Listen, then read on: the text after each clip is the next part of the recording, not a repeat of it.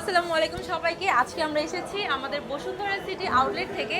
আর এই মুহূর্তে আমার সাথে খুবই নাইস দুজন কাস্টমার আছেন। আর সবথেকে স্পেশাল ব্যাপারটা কি জানেন, ভাইয়া হচ্ছে তাদের ওয়েডিং গিফট হিসাবে ভাবিকে কিনে দিয়েছেন আইফোন 17 প্রো ম্যাক্স। তো আজকে আমরা এখন আপু এবং ভাইয়ার সাথে কথা বলবো।